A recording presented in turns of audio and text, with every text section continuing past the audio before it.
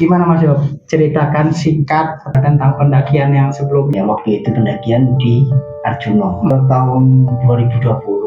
Saya diajak teman. Arjuno Lirang itu ada 3 jalur. Jadi jalur mana itu yang dibuka? Nah, jalur baru yang via Cangar atau biasanya Sumber Berantas.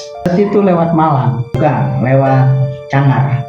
Nah, waktu itu kita memutuskan untuk pendakian di Arjuno via Sumber Berantas. Kita berangkat di Surabaya itu malam, jam 8. Ya. Itu berdua aja? Berdua aja. Sampai di Pacet itu sekitar jam 11-an mungkin, jam 11-an. Ada hutan, kawasan konservatif, kanan kiri hutan. Waktu masuk di gerbang yang hutan itu, hawa saya itu merinding karena pertama udah malam tuh. Masih perjalanan menuju base camp. Itu yang jembatan sering bunuh diri itu? Jembatan sering bunuh diri. Itu di jam berapa itu? 11-an. Gak ada kendaraan sama sekali. Karena sunyi. Dan karena waktu itu saya juga takut kok 15 menit tapi kok nggak nyampe gitu. Jadi di base camp itu jam 12 malam baru sampai. Ya. Jadi kita sebelum pos 1 itu kita jalan berdua. Kita rame-rame. Sebelum pos 1 itu lebih sekitar 30 menit. Jadi udah sampai pos 1. Sampai pos 1. Menuju pos 2 itu 40 menitan. Dan itu lancar-lancar aja ya? Lancar-lancar aja. Jadi ngerasa bahwa jalurnya itu nggak terlalu sulit? Nggak terlalu sulit. Dari pos 2 menuju pos 3 itu estimasi berapa jam itu? Sekitar 1 jam. Cuaca itu kan bisa ekstrim. Waktu itu kejadian itu tiba-tiba itu cuaca itu gelap, kabut gitu ya. Jadi udah suasananya itu udah kabut. Nah, sebelum mau pos 3 itu udah hujan. Akhirnya saya memutuskan untuk mendirikan tenda. Kemudian saya ngobrol sama Riki, pertama kita nggak mungkin naik langsung, pasti licin gitu ya. Sehingga kita memutuskan untuk ngecamp aja di situ. Namanya itu karena kok sunyi, jadi nggak ada kedengaran suara sama sekali. Orang ngobrol. Padahal tadi kan ramai. Saya bangunkan Riki, itu saya packing. Jadi jam itu langsung melanjutkan perjalanan. Nyampe sekitar jam 3 jam. Itu sampai pos 4.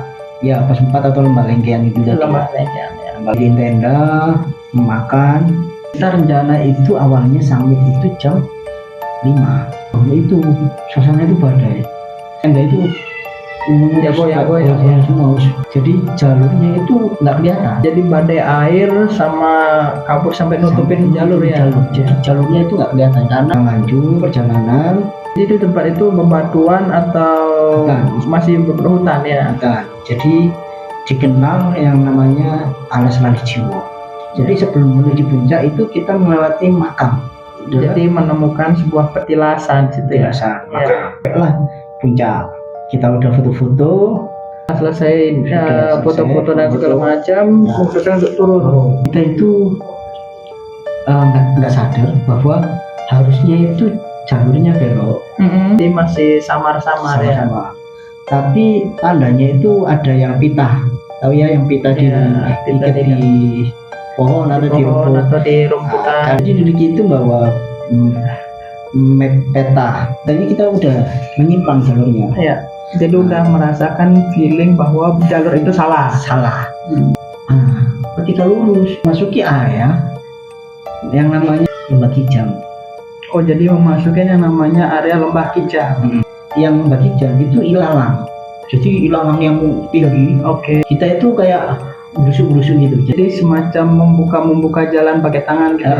Karena lihat dari atas ini ya ada pondokan, jadi kayak ada gubuk gitu ya. Kelihatan dari atas jauh bahwa di bawah itu ada semacam gubuk. Ternyata itu bukan gubuk, itu batu. Jadi batu gede. Jadi di situ mulai menyadari bahwa perjalanan itu menyasar karena harusnya kita tetap ngelewatin yang hutan tadi. Udah, karena sadar. Nah, ketika kita balik itu bukannya ke atas tapi kita melipir. Tapi karena ini lalang lebat, jadi kayak jalurnya itu tetap ada jalur, cuma nggak tahu apakah itu jalur yang ke atas apa jalur yang ke samping atau kemana. Singkat cerita, ketika kembali ke atas itu kita nggak sampai hutan itu lagi. Jadi nggak menemukan hutan yang sebelumnya. Jadi muter-muter di batu yang tadi. muter-muter lagi ke batu itu tadi. Saya cuma membawa satu biskuit sama air satu botol untuk Iya. berdua, karena memang prediksinya nggak terlalu lama. Karena airnya itu ada di bawah, kita ngisi, kita istirahat. Setelah istirahat tadi, Memutuskan untuk naik lagi. naik lagi. Ya. Alhamdulillah kita ketemu hutan.